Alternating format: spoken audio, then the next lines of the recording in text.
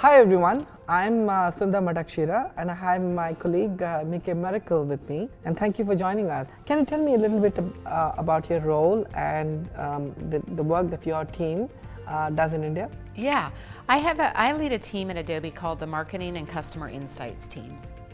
And we do, I like to say, the big data to the small data. So I have a traditional market research function, which is talking to customers. We actually still talk to customers. That's the small data, it's important. But we also have a very big data team that works on analytics. And as part of that, we have a group called the Adobe Digital Insights team, which takes trillions of transactions that flow through the Experience Cloud, and we take that in an anonymized and aggregated fashion, and we look for patterns and stories in that so that we can start to understand how the digital economy is transitioning. Specifically to India, what are the trends that you are seeing in the experience business?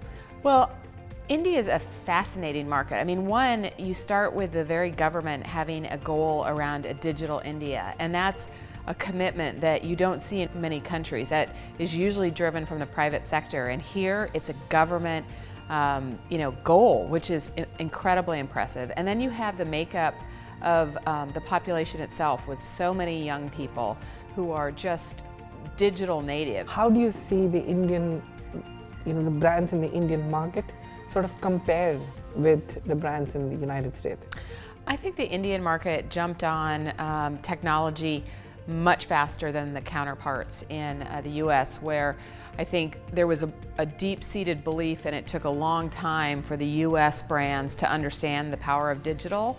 And so we had many companies that sprang up from digital and became leading companies, whereas bricks and mortar took longer. Here, I think the bricks and mortar saw it very, very quickly and have adapted and started to use technology very aggressively. So let's do a deep dive on the ADI advertising report.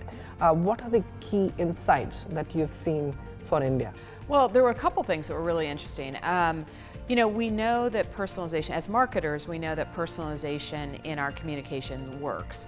What was really interesting that jumped out from the report that we did here in India was how much Indian consumers want it. And we did this study in a number of countries, and it was unique to India. I think the other thing that was really interesting was the trust that Indian consumers have in sharing their data with the brands that they trust and use most frequently in order to get that personalization. Thanks a lot, Mickey. These are very important insights. Thank you once again, Mickey. Thanks. Thank you. Great.